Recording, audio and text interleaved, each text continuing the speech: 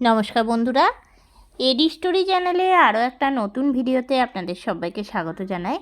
আমার আজকের রেসিপি সজনে ডাঁটার ঝোল।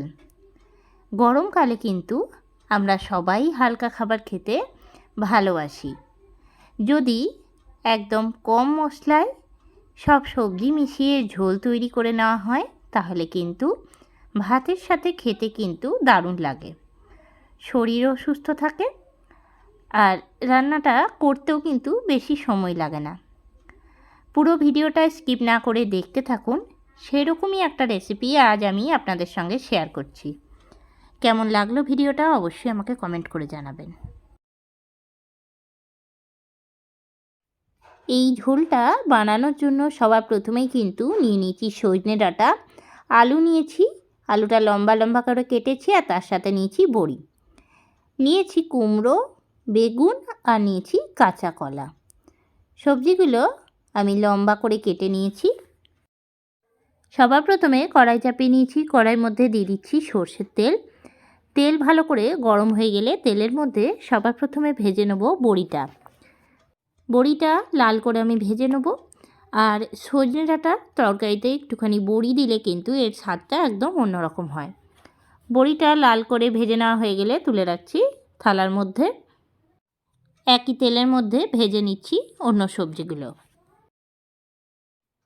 ওই একই তেলের মধ্যে ভেজে নিচ্ছি আমি বেগুনটা কাটার পরে ভালো করে ধুয়ে নিয়েছি। আর অবশ্যই সবজিগুলো কিন্তু একটুখানি লম্বা লম্বা করে ভাজতে হবে। গ্যাসের ফ্লেমটা হাইতে করে বেগুনটা আমি লাল করে ভেজে নিচ্ছি।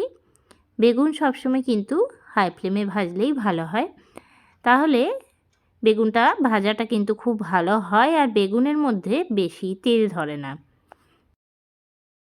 বেগুনটা ভেজে তুলে রাখার পর কড়াইয়ে আবার দিয়ে দিলাম সর্ষের তেল। তেলটা ভালো করে গরম করে নেব।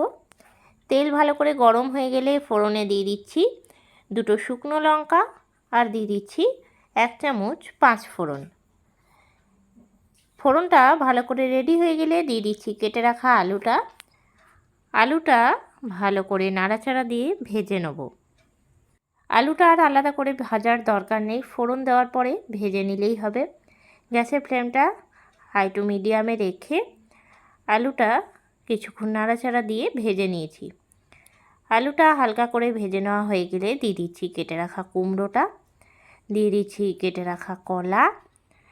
সব কিছু আবারও একসাথে নাড়িয়ে নিচ্ছি। গরমের দিনে সব কিছু সবজি মিশিয়ে এরকম ঝোল খেতে কিন্তু খুবই ভালো লাগে আর খাওয়াটাও কিন্তু খুবই উপকার, সহজেই তৈরিও হয়ে যায়। দিয়ে দিচ্ছি গ্রেট করে রাখা আদা 1 চামচ আর দিয়ে দিচ্ছি কুচি করে রাখা টমেটো। এরপর দিয়ে দিচ্ছি পরিমাণ মতন লবণটা দিয়ে দিলে কিন্তু তাড়াতাড়ি সবজিগুলো সেদ্ধ হয়ে যাবে। ভালো করে নাড়াচাড়া দিয়ে নিচ্ছি। এই সময় গ্যাসের ফ্লেমটা লো টু মিডিয়ামে রাখবো। আজকের এই রান্নাতে কিন্তু আমি খুব বেশি মশলার ব্যবহার করব না, একদম কম মশলা দিয়েই সহজে কিন্তু এই ঝোলটা বানিয়ে নেওয়া যায়। দিয়ে দিচ্ছি জিরে গুঁড়ো।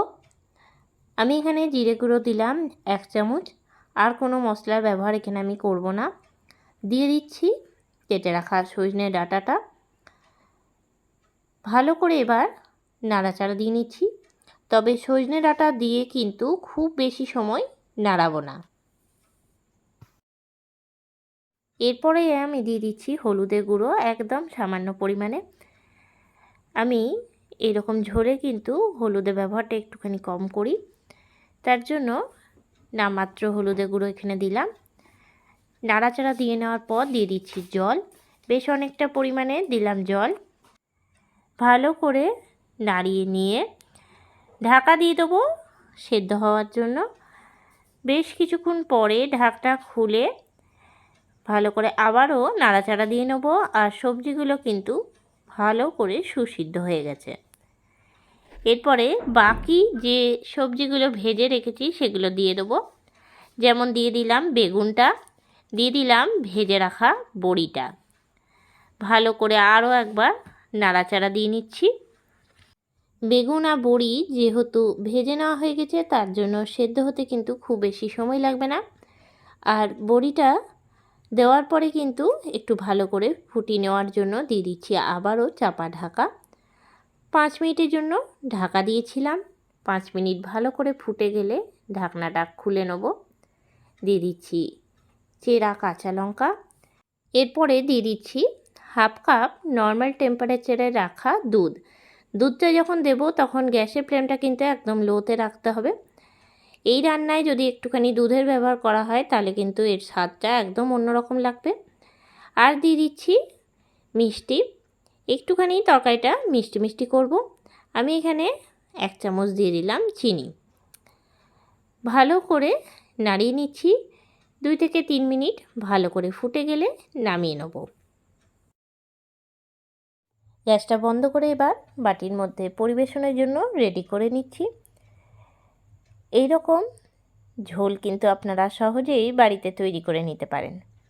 এর সাথে আরও অন্য সবজিও কিন্তু দিতে পারেন, তাহলে স্বাদটা কিন্তু আরও ভালো হবে। কেমন লাগলো রেসিপিটা অবশ্যই আমাকে জানাবেন।